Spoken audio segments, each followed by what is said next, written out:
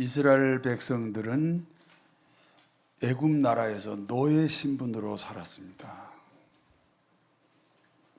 이스라엘 백성들이 애굽 나라에서 노예 신분으로 살았다는 것은 어떤 형편이라는 겁니까? 노예는 주인의 재산 중에 하나입니다. 주인의 재산 중에는 소나 말이나 돼지가 있습니다. 그러니까 주인의 재산인 소나 말이나 돼지와 동일한 가치가 신분이 노예라는 신분입니다. 그러므로 노예 민족 이스라엘의 소원이 무엇입니까? 노예 신분으로부터 해방입니다. 노예 신분으로부터 해방이 되는 비결이 무엇입니까? 애굽으로부터의 탈출입니다. 그러니까 애굽은 바로 왕이 통치하잖아요. 이 통치자가 바뀌어야 돼요. 애굽으로부터 탈출해서 가나안 땅으로 들어가는 겁니다. 가나안은 누가 통치합니까? 하나님이 통치합니다.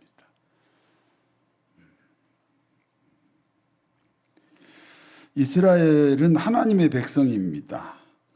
하나님은 자기 백성 이스라엘이 노예 신분으로 사는 것을 결코 원하지 않습니다. 그러므로 이스라엘 백성들이 애굽을 떠나 가나안으로 가는 것은 이스라엘 민족의 소원일 뿐 아니라 하나님의 소원이기도 합니다. 그런데 하나님의 소원인 이스라엘 민족의 하나님의 소원이기도 하고 이스라엘 민족의 소원이기도 한 애굽 탈출이 이루어지지 않고 있습니다. 그와 같은 세월이 430년입니다. 그러므로 이스라엘은 하나님께 기도합니다. 하나님, 우리를 애굽 땅에서 떠나게 하시옵소서. 예를 들어 보겠습니다. 불량배들에게 유괴당한 딸로부터 어머니에게 전화가 왔습니다. 엄마, 시커먼 아저씨들이 칼을 들이대고 나 죽이려고 해. 엄마, 나 좀 살려줘. 유괴당한 딸의 목소리를 들은 어머니의 가슴은 찢어지도록 아픕니다. 그와 같이 애굽을 떠날 수 있도록 도와달라는 이스라엘 백성들의 기도를 들으신 하나님의 마음 역시 찢어지도록 아프셨습니다. 그런데 무엇 때문에 하나님은 이스라엘을 애굽 땅에서 해방시키지 못하고 계십니까? 마치 무능하신 분처럼 430년 동안을 무엇 때문에 침묵하고 계셨습니까?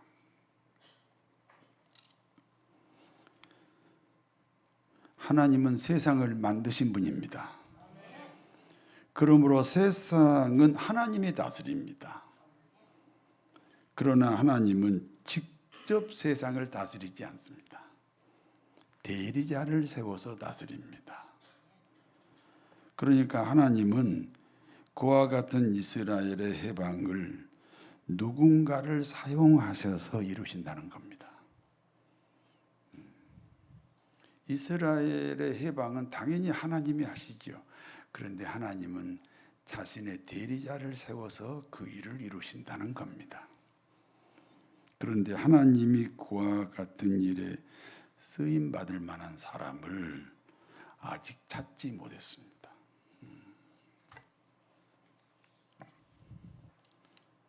드디어 하나님은 이스라엘 백성을 애굽 땅에서 탈출시킬 일에 쓰임받을 만한 사람을 찾아냈습니다. 누군지 아시지요? 모세입니다. 드디어 하나님은 모세를 통해 이스라엘 민족을 애굽에서 해방시키셨습니다. 그리고 하나님은 이스라엘이 가나안에 들어가기까지 여러 가지 은혜를 베푸셨습니다. 첫 번째는 10가지 재앙으로 바로 왕을 항복시킵니다. 두 번째는 홍해가 갈라짐으로 이스라엘 백성들이 바다를 육지처럼 건넜습니다. 그리고 세 번째는 광야에서의 하나님의 인도입니다. 낮에는 구름 기둥으로 강력한 햇빛으로부터 보호해 주셨습니다. 밤에는요, 온도가 영하로 내려가요. 그래서 불기둥을 사용하셔서 온도를 조절함으로 이스라엘 백성들이 안전하게 하셨습니다. 고기가 먹고 싶을 때는 메추라기를 보내주셨고 아침마다 내리는 만나가 이스라엘 백성들의 식량이 되었습니다. 목이 마르면 반석을 갈라서 물이 나오게 하셨고 쓴물을 만나면 그 물을 달고 단 물로 바꾸어 주시기도 하셨습니다. 그런데 문제는 백성들의 원망과 불평입니다. 백성들은 원치 않는 환경이 찾아오면 악한 말로 모세를 원망합니다. 심지어 모세를 죽이려고까지 합니다. 모세는 하나님이 시키는 대로 백성들을 인도합니다. 그러므로 모세를 원망하는 것은 하나님을 원망하는 것과 같습니다. 하나님은 원망하는 백성들에게 진노하셨습니다. 그래서 하늘에서 불이 내리게 합니다. 하늘에서 떨어진 불이 사그라들지 않으면 백성들은 모두 다 죽습니다. 모세가 하나님께 기도합니다. 하나님은 모세의 기도를 들으시고 불을 거두어 주셨습니다. 이와 같은 불평과 원망이 광야 40년 동안 내내 이루어졌습니다. 그러므로 하나님이 민수기 14장에 말씀합니다. 모세의 중보기도 때문에 나는 이스라엘 백성에게 벌은 내리지 않겠다. 그러나 애굽 땅을 떠날 때 20세 이상의 모든 사람은 가나안 땅에 절대 못 들어간다. 예외가 있습니다. 애굽을 떠날 때 20세가 넘은 사람 중에 들어갈 수 있는 사람이 2명 있습니다. 누군지 아시지요? 여호수아 갈렙입니다. 예외가 있다는 것은 무엇을 의미합니까? 가나안 땅에 들어가는 것은 어떤 법이나 규정이 아니라는 겁니다. 원망과 불평 때문에 못 들어갔다는 겁니다. 그러니까 당시 이스라엘 사람들의 성품은 원망과 불평이라는 중독에 걸려 있었습니다. 무엇 때문에 원망과 불평이 중독이 되어 있었나요? 430년 동안의 노예 생활 때문입니다. 노예 생활 때문에 생긴 노예 성품입니다. 사람들은 다 이 가난을 싫어하잖아요. 그런데 가난한 생활을 오래 하다 보면 부자가 되는 행동이나 부자가 될 수 있는 말을 하지 않습니다. 가난에 중독이 되어 있습니다. 부부싸움 하는 사람들에게 물어봐요. 우리는 절대 부부싸움 안 하는 것이 소원이에요. 그런데 왜 부부싸움 합니까? 부부싸움 할 수밖에 없는 말이나 행동을 합니다. 중독이 걸린 거예요.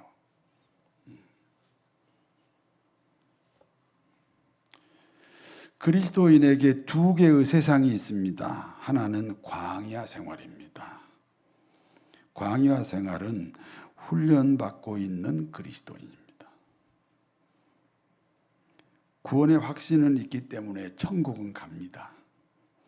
그러나 이 땅에서 하나님의 통치는 이루어지지 않습니다. 그와 같은 사람에게는 축복이 없습니다. 축복을 받으면 훈련이 되지 않지요. 그래서 훈련 중인 사람에게는 절대 축복이 없습니다. 그러므로 축복을 원하시면 광야 생활을 청산하셔야 됩니다. 다른 하나는 가나안 생활입니다. 가나안 생활은 하나님의 통치가 가능한 사람들이 사는 곳입니다. 사업 번영을 위해 애쓰고 수고하시는 분들에게 말씀드립니다. 성공하고 싶은 분들에게 말씀드립니다. 가정이 천국이 되고 싶은 분들에게 말씀드립니다. 아무리 애쓰고 수고한다고 해결되지 않습니다. 광야 생활을 가나안 생활로 바꾸셔야 됩니다. 그러므로 거래처 가지 말고 심야 예배에 나오셔야 돼요. 그래서 기 있는 자는 하나님의 말씀을 들으라 하잖아요.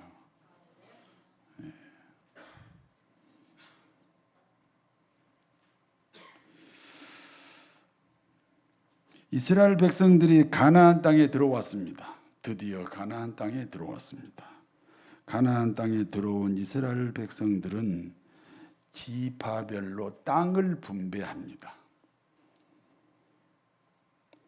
여러분, 아주 중요한 사실을 제가 말씀드리겠습니다. 이스라엘 백성들이 분배받은 땅은 허벌판이 아닙니다.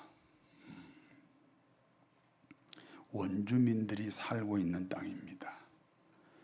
원주민이 살고 있는 땅을 분배받으면 어떻게 됩니까? 원주민과 싸워서 그 원주민을 쫓아내야 됩니다. 원주민과 싸워서 빼앗은 땅에 대한 이스라엘 사람들의 고백이에요. 하나님이 주셨다. 아니, 자기들이 노력해서 싸워서 원주민을 쫓아내고 그 다음에 차지한 땅이에요. 그런데 그때 이스라엘 백성들의 고백이 이 땅은 누가 주셨다고? 하나님이 주셨다. 그렇게 고백합니다. 우리는 열심히 노력해서 월급 받습니다. 우리는 열심히 동분서주 뛰어서 돈을 법니다. 내가 노력해서 벌었어요. 그런데 뭐라고 고백합니까? 하나님이 주셨다. 이렇게 고백하는 것과 같습니다.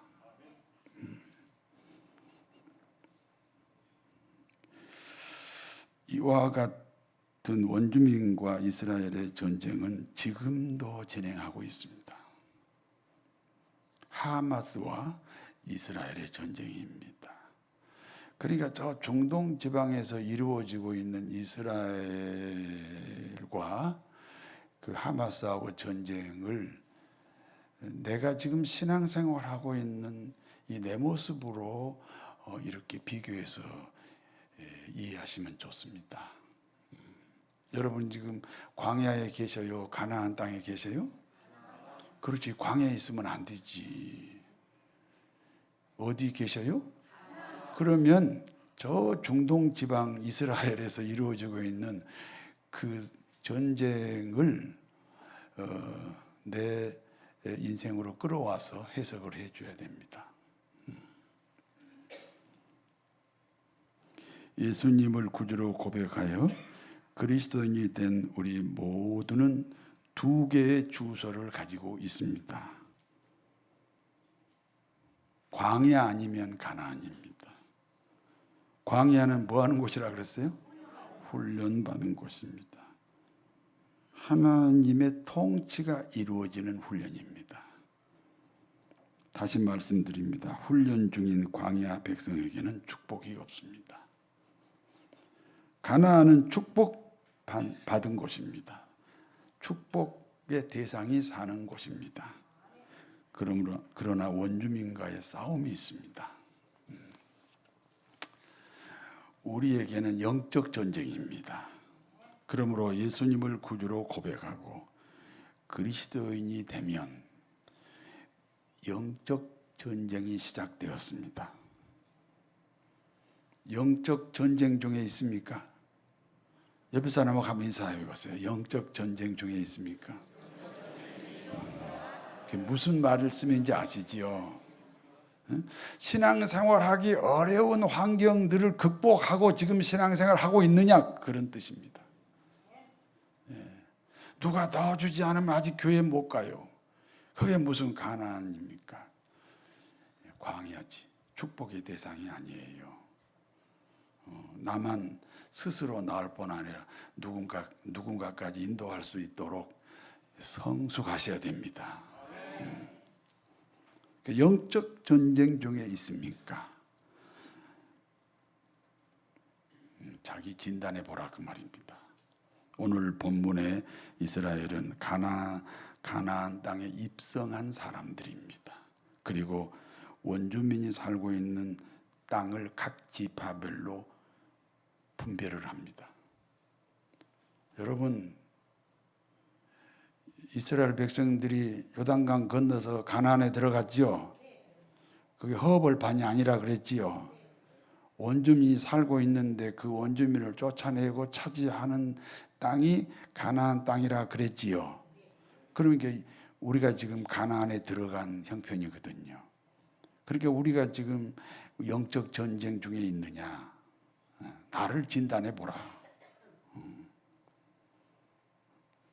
무슨 장애물이 오면 금방 넘어지느냐, 그 장애물을 극복하고 신앙생활하느냐, 자기를 진단해 보라, 그 말입니다.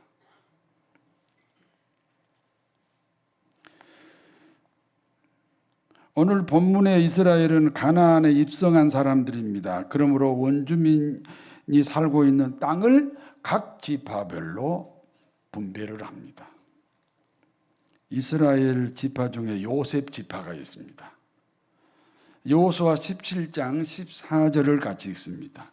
요셉 자손이 여호수아에게 말하여 이르되 여호와께서 지금까지 내게 복을 주심으로 내가 큰 민족이 되었거늘 당신이 나의 기업을 위하여 한 제비 한 분깃으로만 내게 주심은 어쩌미니까. 이스라엘이 애굽에 정착할 때 요셉은 애굽 나라의 국무총리였습니다. 그러므로 요셉의 후손인 요셉 지파는 12지파 중에서 가장 강성하고 왕성한 지파입니다. 그런데 지파별로 땅을 분배할 때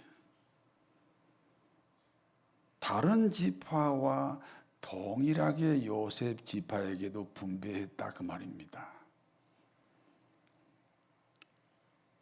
아니, 요셉 지파는 다른 지파보다 2배, 3배가 큰 지파라니까. 그런데 2배, 3배 더 작은 다른 지파하고 동일하게 땅을 분배했으니까 요셉 지파 사람들에게는 불평을 하게 되겠어요? 안 하게 되겠어요? 그래서 여호수아에게 항의를 합니다. 하나님이 우리 지파에게 복을 주셨습니다. 그리하여 우리 지파는 큰 민족이 되었습니다. 그런데 다른 지파와 동일하게 취급하셨습니다. 이와 같은 분배 방법은 불공평하다. 이제 그런 항의입니다. 그러므로 요셉 지파는 지도자 여호수아에게 지금 항의하러 왔잖아요. 항의를 받은 여호수아가 요셉 지파에게 이렇게 말합니다. 여호수아 17장 15절에서 16절 같이 읽습니다. 여호수아가 그들에게 이르되 내가 큰 민족이 되므로 에브라임 산지가 내게 너무 좁을진데 브리스 족속과 르바임 족속의 땅 살림에 올라가서 스스로 개척하라 하니라. 요셉 자손이 이르되 그 산지는 우리에게 넉넉하지도 못하고 골짜기 땅에 거주하는 모든 가나안 베스 왕과 그 마을들에 거주하는 자이든지 이스라엘 골짜기에 거주하는 자이든지 다 철병거가 있나이다. 요셉 지파는 분명히 큰 지파가 맞습니다. 그리하여 분배받은 에브라임 산지가 저들에게는 좁을 수 있습니다. 그러므로 브리스 족속과 르바임 족속의 땅 살림으로 올라가라. 그리고 그곳을 개척하라.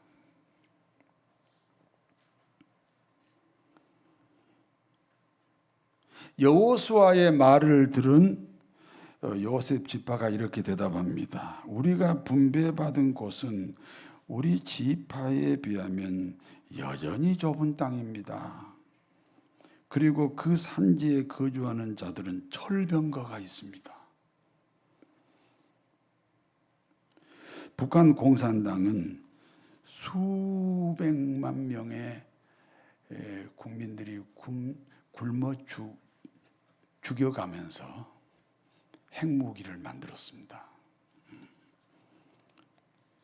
왜냐하면 핵무기는 비대칭 무기이기 때문입니다. 어떻게 비교하는 무기가 아니에요. 핵무기는 비대칭 무기단 말이에요. 그래서 그 비대칭 무기를 만들기 위해서 수백만의 국민들을 굶어 죽였다 그 말입니다. 그와 같은 여호수아가 개척하라고 말한 브리스 족속과 르비딤 족속에게는요 철병거가 있습니다. 요즘으로 말하는 핵무기와 같은 비대칭 무기입니다. 그러므로 우리는 철병거가 있는요 거기는요 개척할 수가 없습니다. 불가능합니다. 철병거를 두려워하는 요셉 지파에게 여호수아가 충고합니다. 여호수아 17장 17절에서 18절 같이 읽습니다. 여호수아가 다시 요셉의 족속 곧 에브라임과 므낫세에게 말하여 이르되 너는 큰 민족이요 큰 권능이 있은즉 한 분깃만 가질 것이 아니라 그 산지도 내 것이 되리니 비록 살림이라도 내가 개척하라 끝까지 내 것이 되리라. 가나안 족속이 비록 철병거를 가졌고 강할지라도 내가 능히 그를 쫓아내리라 하였더라. 너희는 큰 민족이다. 그러므로 큰 권능이 있다. 그렇기 때문에 분배받은 것만 보존할 생각을 하지 마라. 분배받은 것을 씨앗으로 새로운 땅을 개척해라.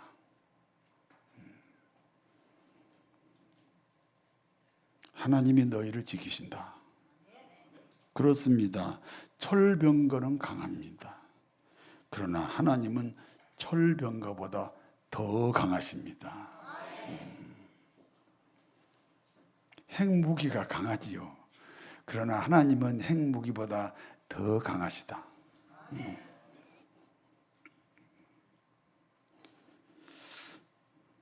이 산지를 내게 주셔서 그런 노래가 있습니다.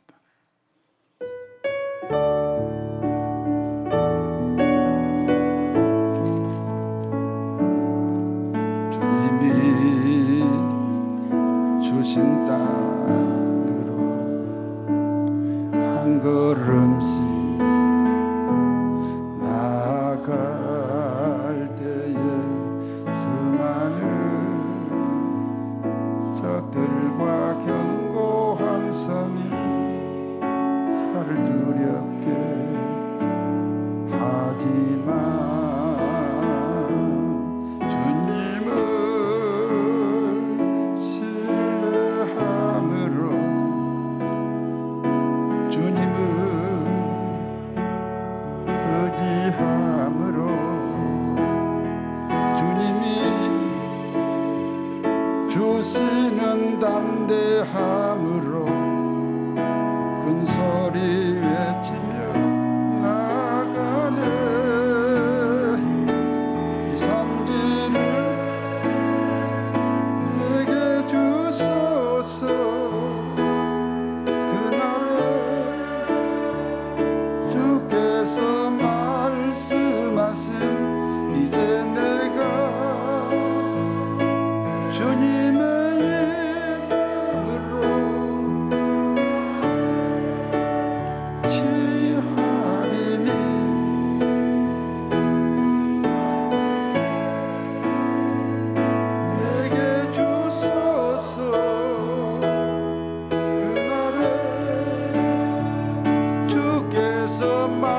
말씀하신 이제 내가 주님의 이름으로 그 땅을 취하리니.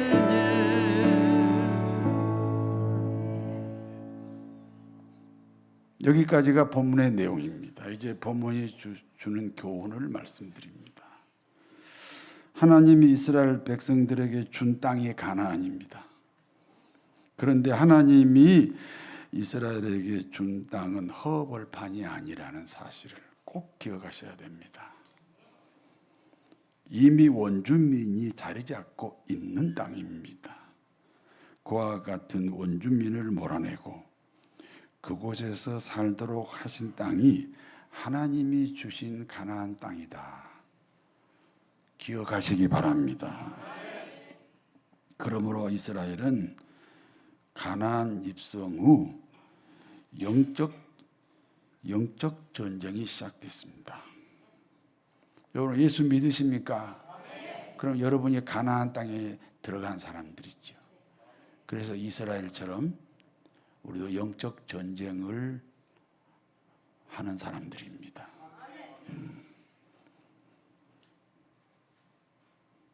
이스라엘 백성들의 가나안 입성은 우리에게 어떤 의미입니까? 축복의 대상인 우리 모두를 가리킨다. 그러므로 우리는 영적 진단이 필요하다. 어떤 진단입니까?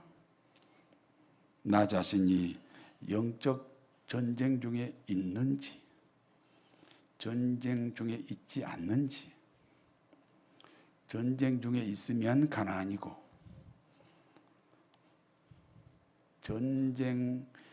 전쟁에 감각이 없으면 광야고. 어디서 살았으면 좋겠어요? 예, 그러면 영적 전쟁이 있어야 합니다. 저절로 신앙생활이 되어서는 안 된다는 거예요.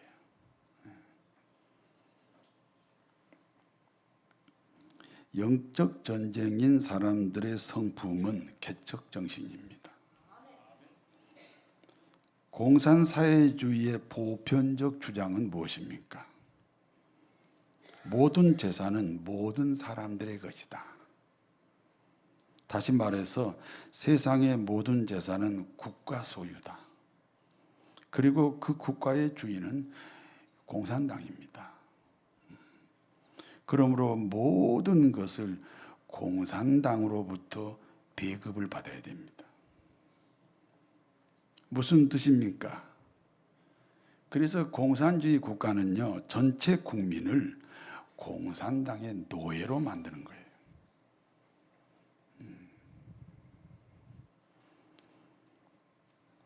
그래서 러시아 연방이 무너졌지요. 소비에트 연방이 무너졌단 말이에요. 그러므로 러시아 연방은 공산사회주의를 버리고 시장 경제를 선택했습니다. 제가 러시아에 선교 다닐 때는 시장 경제를 하겠다고 애를 쓰고 있을 때입니다. 그런데 백성들은 긴 세월 동안 공산주의 70년 동안 노예 성품으로 길들여져 있었습니다. 배급 문화에 길들여져 있었다 그 말입니다. 그러므로 시장 경제를 싫어했습니다.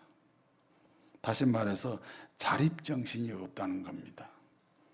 공산사회주의를 오히려 그리워했다는 겁니다. 이스라엘 백성들이 광야 생활 중에 애굽 땅에서의 노예 생활을 그리워한 것과 같습니다. 그와 같은 백성들의 노예 성품을 이용해서 푸틴이 장기 집권을 하고 있는 거예요.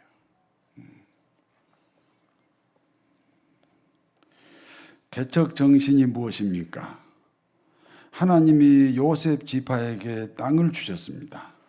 다른 지파보다 요셉 지파는 배나 큰 지파가 분명합니다. 그러므로 요셉 지파의 주장입니다. 우리에게는 다른 지파보다 갑절의 땅을 주셔야 합니다. 다른 지파보다 갑절의 땅을 받는 것은 절대로 축복이 아닙니다.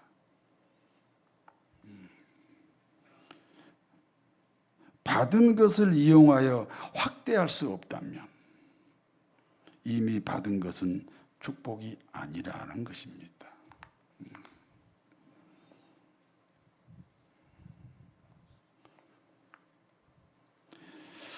부모에게 많은 재산을 상속받은 것은요, 축복이 아니에요.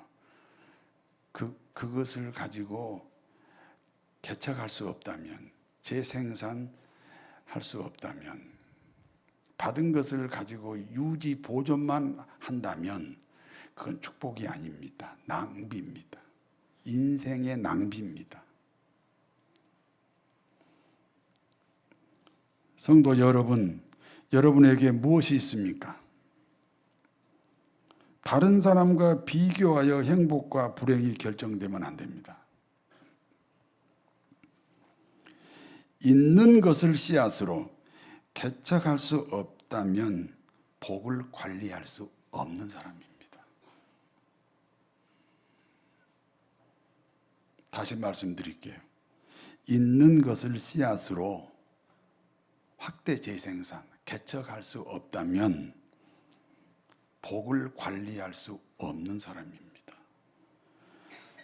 가진 것을 보존하겠다는 것은 노예 성품이다 그 말입니다. 가진 것을 통해 재생산하겠다는 것은 하나님의 뜻이고 하나님의 성품입니다. 예수 믿는 그리스도인은요, 불신자 문화를 버려야 됩니다. 불신자 문화가 노예 성품이에요.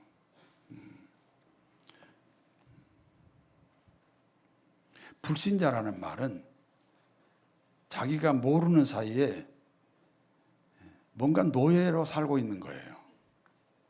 돈의 노예, 명예의 노예, 자존심의 노예. 그러니까 긴 세월 동안 사실은 노예로 살고 있는 거예요. 노예 성품이에요. 의타적입니다. 소극적입니다. 수동적입니다. 부정적입니다. 기독교 문화는요, 하나님의 성품입니다. 유에서 유가 아니에요. 무에서 유예요.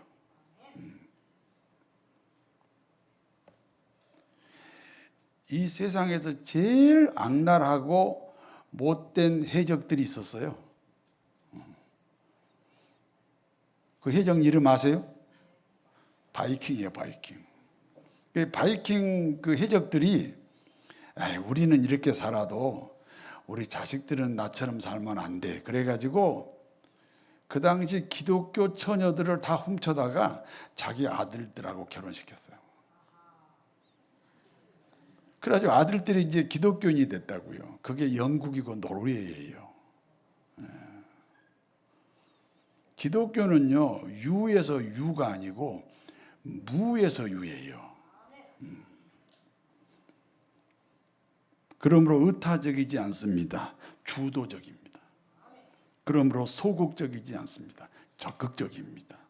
그러므로 수동적이지 않습니다. 능동적입니다. 그러므로 부정적이지 않습니다. 긍정적입니다. 주도적, 적극적, 능동적, 긍정적입니다. 우리 그리스도인에게는 조건이 아닙니다. 환경도 아닙니다. 개척 정신입니다. 있는 것을 가지고 확대 재생산해야 합니다. 이와 같은 삶을 창조적 삶이라고 합니다. 이해가 되십니까? 제가 하나만 더 예를 들어볼게요. 이제 부부가 결혼했잖아요. 10년을 연애했건 20년을 연애하다가 결혼했건 결혼하고 나니까 내가 생각하는 그 사람이에요? 딴 사람이에요? 딴 사람이에요. 딴 사람이죠. 그래서 어떻게 해야 돼요? 그걸 개척을 해야지. 그걸 포기하고 뭐 유지하느라고 맨날 싸우고 그러지 말고 개척을 해서 바꿔버려야지. 우리 기독교인이잖아요. 그래서 우리 기독교인에게는 조건이 아닙니다. 환경도 아닙니다. 개척 정신입니다. 있는 것을 가지고 확대 재생산합니다. 이와 같은 삶을 창조적 삶이라고 합니다. 고정관념은 신앙이 아닙니다.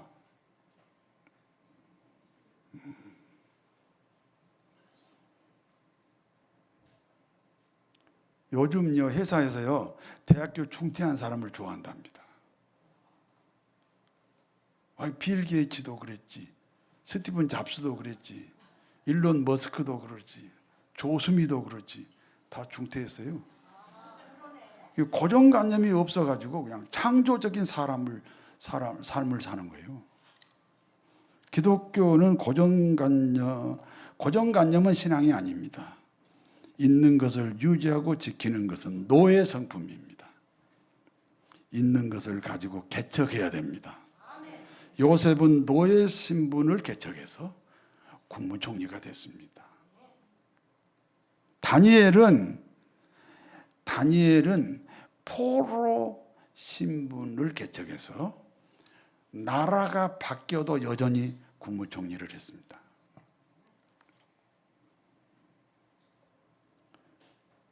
우리 금포교회는 36년 전에 개척했습니다. 그리고 지금도 여전히 개척하고 있습니다.